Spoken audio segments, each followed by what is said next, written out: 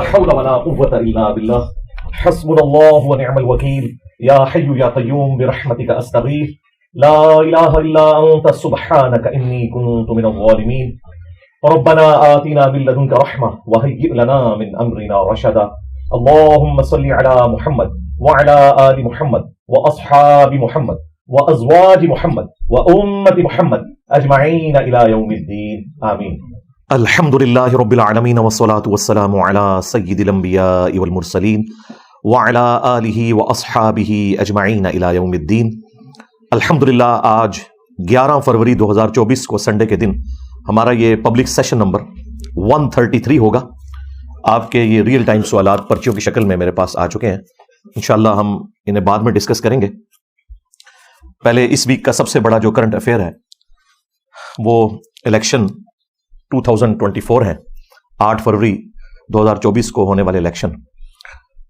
آج کے اس ماڈرن دور کے اندر جن ملکوں کے اندر ڈیموکریسی ہے ان ملکوں میں قوموں کے لیے الیکشن کا دن بہت امپورٹنٹ ہوتا ہے. جس طرح ایک انسان کی زندگی میں شادی کا دن بڑا امپورٹنٹ ہے کہ نئی زندگی شروع کرنے والا ہوتا ہے، قوموں کی زندگی میں الیکشن کا دن ایک امپورٹنٹ دن ہے جس میں لوگ اپنے نمائندوں کو چنتے ہیں اور وہ ڈیسائیڈ کرتے ہیں کہ ان کا حکمران کون ہونا چاہیے. 8 فروری 2024 کو میں تو صبح سویرے ہی پہنچ گیا تھا جہاں پہ ہمارا حلقہ بنتا تھا. ابھی پولنگ سٹارٹ نہیں ہوئی تھی اور وہ آلموسٹ کوئی آدھا گھنٹہ بعد سٹارٹ ہوئی. 8 کا ٹائم تھا، 8:30 بجے. خیر اپنے بوتھ میں پہلا شخص تھا جس نے ووٹ ڈالا اور پھر تھوڑا تھوڑا کر کے لوگ آنا شروع ہو گئے. اس الیکشن میں اتنا ٹرن آؤٹ نہیں رہا جو گزشتہ کے الیکشن میں ہوتا ہے، لیکن پھر بھی آلموسٹ 50% بنتا ہے.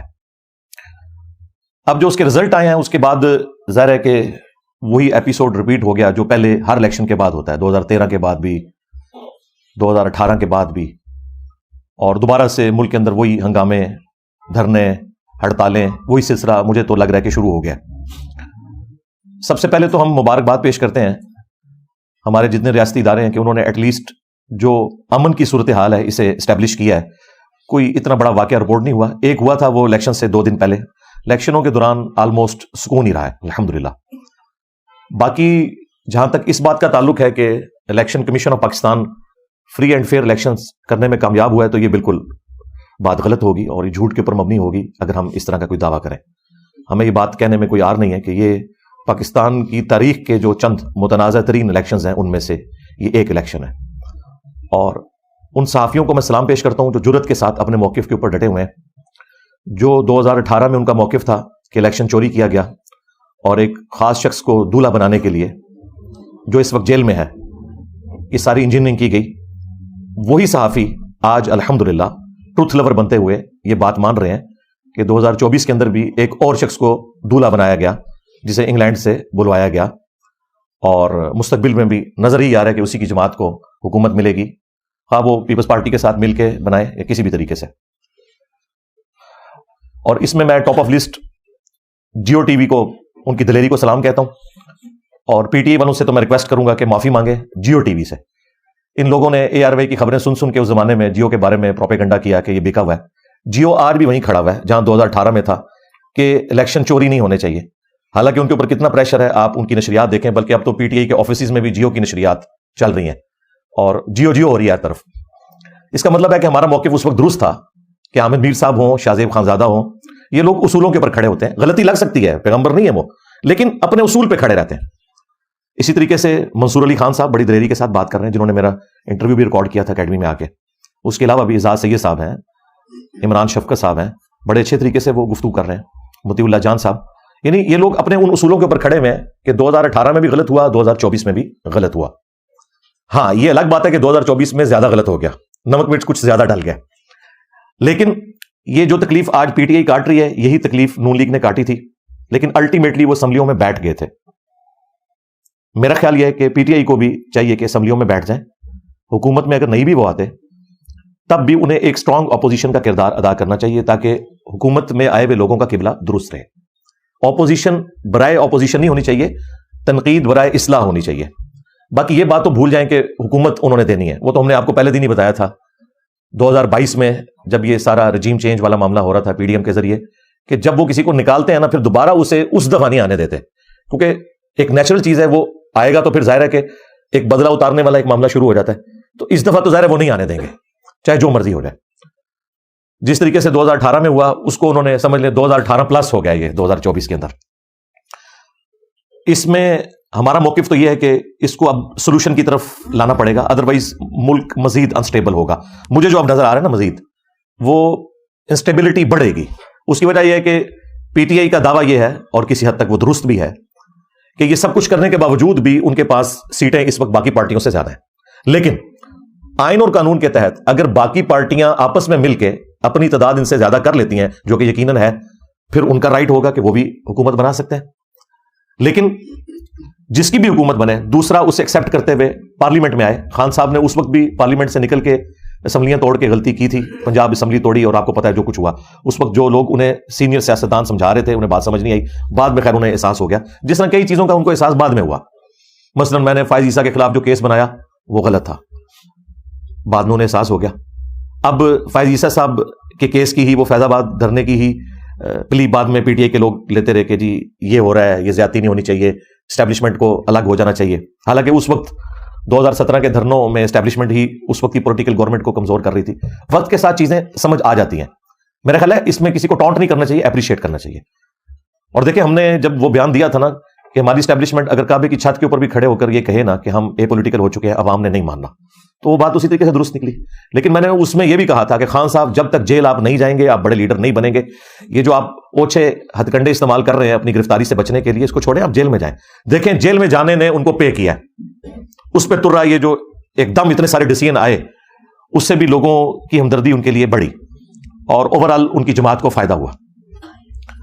اب جہاں تک خان صاحب کا معاملہ ہے, مجھے تو نہیں لگتا اتنی آسانی سے وہ باہر آئیں گے. جو ان کے اوپر کیسز بنے ہوئے ہیں, ظاہر ہے کہ وہ عدالتوں کے ذریعے ایک ٹائم لگے گا. نواز شریف صاحب کی بھی تو اب جا کے جان چھوٹی ہے نا, 4-5 سال تو لگ گئے, تو ان کو بھی ٹائم تو لگے گا. لیکن اس دوران عوام الناس کا ایٹیچیوڈ کیا ہونا چاہیے؟ خصوصاً ہمارے اس پلیٹ فارم کے ساتھ تو زیادہ تر ینگ ایج کے لوگ وابستہ ہیں. ہم ان سے یہی کہیں گے کہ آپ نے کسی بھی ایکسٹرا جوڈیشل ایکٹیویٹی کا حصے دار نہیں بننا اس معاملے میں. یہ جو لوگ وی لاگز کر کر کے آپ کا لہو گرما رہے ہیں نا, یہ لوگ at the end of the day تو سائڈ پہ ہو جائیں گے, یا شاید یہ لوگ تو افورڈ کر سکتے ہیں, ان کی فیملیز افورڈ کر سکتی ہیں, ان کے پاس اتنا پیسہ ہے. لیکن عام جو دیہڑی داڑ بندہ ہے اس کا کام نہیں ہے کہ وہ اس طرح کی ایکٹیویٹیز میں شامل ہو کے الٹیمیٹلی پکڑا جائے اور پیچھے خاندان والے بھی رول جائیں. تو یہ جو وی لاگرز ہیں نا, یوٹیوبرز ہیں, اور چند اس قسم کے جذباتی صحافی جو جذباتی ایفیلیشن رکھتے ہیں خان صاحب کے ساتھ, علمی نہیں رکھتے. علمی رکھتے ہوتے نا تو یہ صحافی 2018 کے فراڈ کو بھی فراڈ سمجھتے. لیکن یہ کہہ رہے ہیں جی اس وقت ٹھیک ہوا تھا, یا اس کو چھوڑیں اب آگے چلیں. نہیں, اس طرح نہیں ہوگا. ہر بندے کو اپنی غلطی ماننی پڑے گی. یہ اس قسم کے جو صحافی ہیں ان کے باتوں پہ آپ نے کان نہیں دھرنے, اور اپنے مستقبل کو اسپائل نہیں کرنا. اپنے سیاسی لیڈرز کو سیاسی لیڈر رہنے دیں, ان کو مذہبی پیشوا خدا کے لیے نہ بنائیں. میں رات کو بھی ایک سینئر صحافی, ہمارے بزرگ ہیں, میرے لیے بڑے قابل احترام ہیں, اور یہ مقبول جان صاحب حافظہ اللہ تعالی, ان کا وی لاگ سن رہا تھا, اور وہ دبے دبے الفاظ میں عوام کو ابھار رہے تھے. مطلب میں ان سے یہ ایکسپیکٹ نہیں کر رہا تھا. اینڈ پہ جا کے تو انہوں نے یہ بھی کہہ دیا کہ جی آپ کو پتا ہے کہ لوگوں کے پاس غیر قانونی اسلحہ بھی بہت زیادہ ہے, پھر اگر زیادہ مسئلہ خراب ہوا تو لوگ اسلحہ بھی نکالیں گے. یعنی وہ بٹوین دا ورڈ کے پی کے لوگوں کو ابھار رہے تھے کہ آپ کو اسلحہ لے کے باہر نکلنا چاہیے. تو یہ تو آپ خانہ جنگی کروانے کی کوشش کر رہے ہیں. لیکن یہ جتنے بھی خان صاحب کو پھوکے چڑھانے والے صحافی ہیں نا, کسی کی یہ جرت نہیں ہو رہی اخلاقی کہ وہ مانے کہ 2018 میں بھی غلط ہوا تھا, 2024 میں زیادہ غلط ہوا. لیکن ان کے مخالفین, وہ صحافی جو اس زمانے میں 2018 کے معاملات کو غلط کہہ رہے تھے, وہ آج بھی 2024 کے معاملات کو غلط کہہ رہے ہیں. جس کا سب سے بڑا ثبوت یہ ہے کہ اس وقت جیو جو ہے وہ آنکھوں کا تارا بنا ہوا ہے پی ٹی آئی کی. ان کے دفتروں میں بھی انہی کی اسکرینیں لگی ہوئی ہیں, اور انہی صحافیوں کی باتیں کوٹ ہو رہی ہیں. جی سہیل وڑائچ صاحب نے یہ کہہ دیا, تو حامد میر صاحب نے یہ فرما دیا. پہلے حامد میر صاحب انڈین ایجنٹ ہوتے تھے, آج کل فرماتے ہیں. ہاں, یہ دیکھا آپ نے فرق, کیونکہ اس وقت اسٹیبلشمنٹ نے آپ کو گود لے کے سیم پیج کے نام کے اوپر چڑھایا ہوا تھا, جیو کے اوپر اور اس طرح کے صحافیوں کے اوپر. آج جو ہے وہ چونکہ اسٹیبلشمنٹ آپ پہ چڑھ دوڑی ہے, تو اب آپ کو وہ صحافی اچھے لگ رہے ہیں. لیکن وہ صحافی اپنے اصولوں پہ کھڑے ہوئے ہیں, وہ اس وقت بھی وہاں کھڑے تھے, آج بھی وہیں پہ کھڑے ہوئے ہیں. اس لیے میں یہ کہتا ہوں ٹروتھ لور انسان کو ہونا چاہیے, مستقبل میں بھی معاملات کو دیکھنا چاہیے. باقی ہم نے تو آپ کو پہلے بتایا تھا کہ یہ اس طریقے سے ہوگا, اور وہی ہونے جا رہا ہے.